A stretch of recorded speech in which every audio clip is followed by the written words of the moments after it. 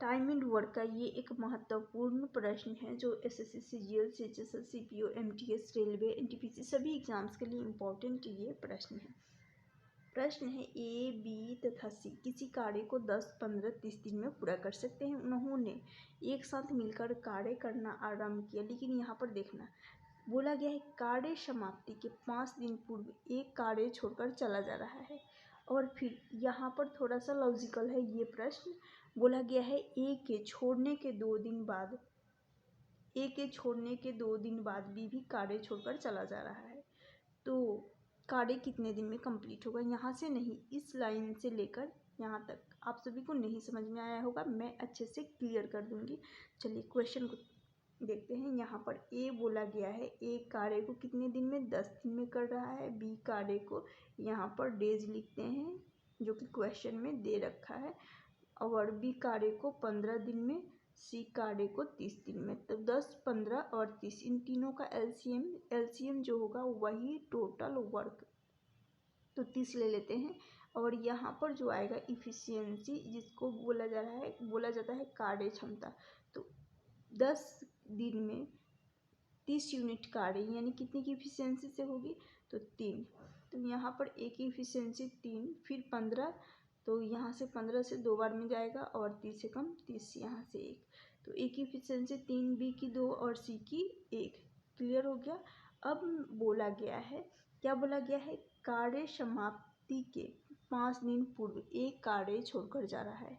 तो जब भी बोला जाए कार्य कंप्लीट होने से पहले यदि कोई व्यक्ति कार्य छोड़कर जाता है, तो उस केस में क्या करते हैं, कब, जब कार्य समाप्त हुआ, उस समाप्त होने से कुछ दिन पहले, तो क्या करते हैं, इस टोटल वर्क में जुड़ जाता है।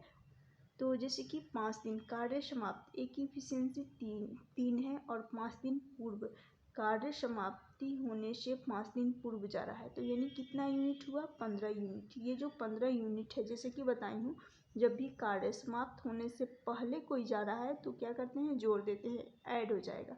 ऐड हो गया, कितना हो गया, टोटल वर्क 30 में 15 यूनिट ऐड हो गया।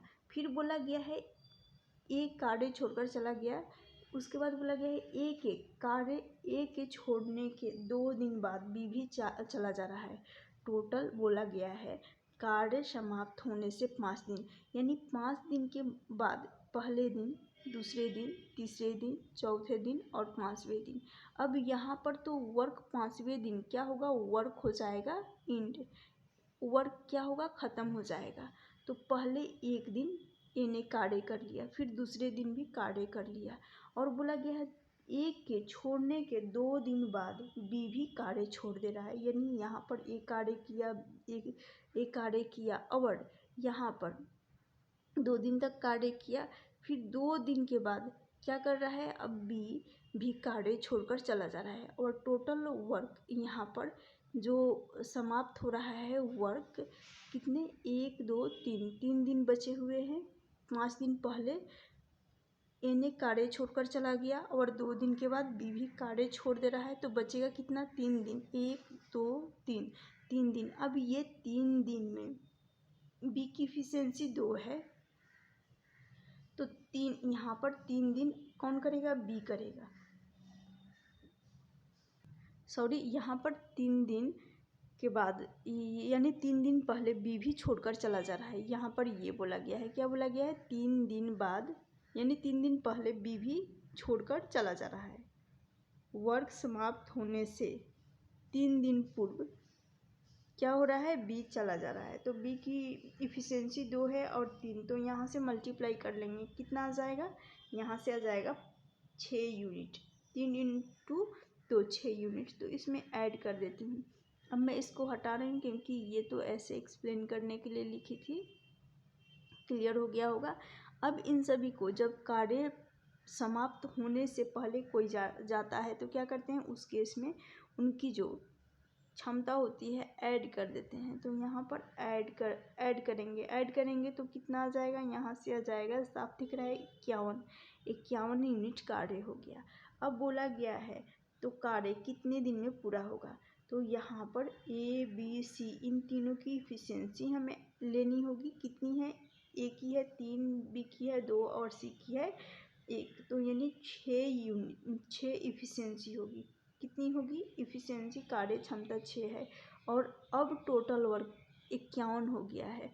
तो क्या करेंगे, टाइम बराबर क्या करते हैं, टाइम बराबर टोटल वर्क अपॉन इफ़िशियंसी, यही तो करते हैं, टोटल वर्क अपॉन इफ़िशियंसी।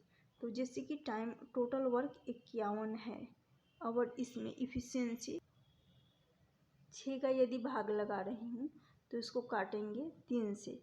ये कितने बार में चला जाएगा, 3 बार में। तो 17 तिया 51, यहाँ से 17 आएगा और बटा में 3 दूनी 6, 2 आएगा। अब इस 17 में 2 का भाग लगा रही हूँ तो कितना बार में, 8 दूनी 16, 8 से चला जाएगा। फिर यहाँ पर बचेगा 1 यानी पॉइंट लगाकर 5 दूनी 10, 8.5। इस प्रश्न का सही आंसर ऑप्शन डी होगा। उम्मीद करती हूँ क्लियर हो गया होगा। कुछ नहीं करना था, यहाँ पर इस आखिरी वाले स्टेप में देखना था। जब भी कार्य समाप्त होने से पूर्व कोई जाता है तो ऐड किया जाता है।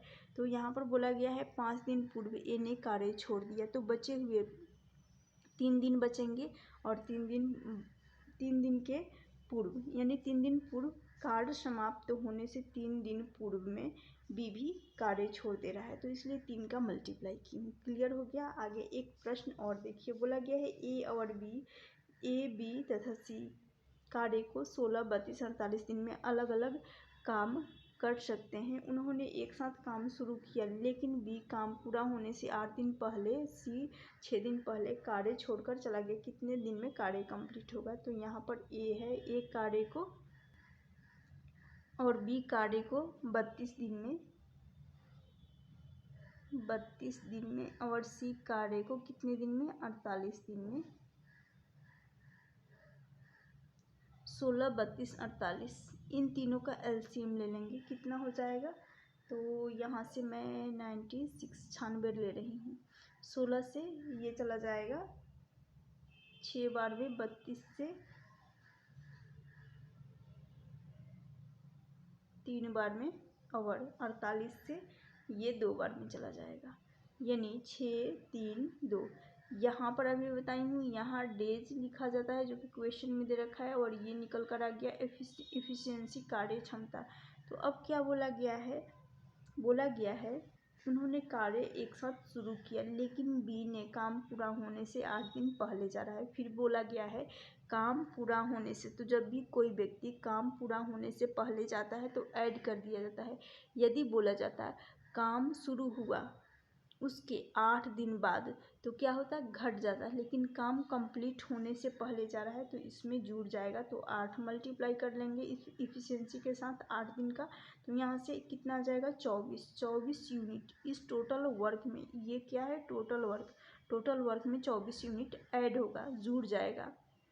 फिर से उसके बाद बोला गया है सी ने 6 दिन पहले, काम पूरा होने से 6 दिन पहले, तो फिर से क्या करेंगे, 12 को इसमें ऐड कर देंगे। यदि बोला जाता कि काम शुरू हुआ उसके 6 दिन बाद तो घटता, लेकिन काम कंप्लीट होने से 6 दिन पहले जा रहा है तो क्या होगा, जुड़ जाएगा। तो अब इसको ऐड कर लेते हैं, 6, 4, 10, 2, 12। फिर यहाँ पर आ जाएगा कितना, टोटल ये हो रहा है 132। ये अब टोटल वर्क हो गया। अब ये बताइए कि ये क्या है, ये इफ़िशियंसी है, कार्य क्षमता है। तो इनकी इफ़िशियंसी ऐड कर लेंगे, 9 और 2 ये होगा 11। इन तीनों की इफ़िशियंसी यानी कार्य क्षमता निकल कर आ गई 11। क्लियर। तो बोला गया है, अब तीनों को लिए हैं तो तीनों की इफ़िशियंसी से हमें डिवाइड करनी होगी, तो 11 से काटेंगे, ये हो जाएगा 11 से ये चला जाएगा 11 एकम 11, 11 दूनी 22। क्या किए, यहाँ पर टाइम हमें निकालना था, तो टाइम बराबर क्या करते हैं, total work upon efficiency. Total efficiency जो कि टोटल इफ़िशियंसी 11 है, डिवाइड किए तो यहाँ पर 12 डेज। इस प्रश्न का सही आंसर हो जाएगा ऑप्शन सी। यदि आप सभी को ये वीडियो अच्छी लगी होगी लाइक कर दीजिएगा, और इस चैनल पे पहली बार आए होंगे तो चैनल को भी सब्सक्राइब कर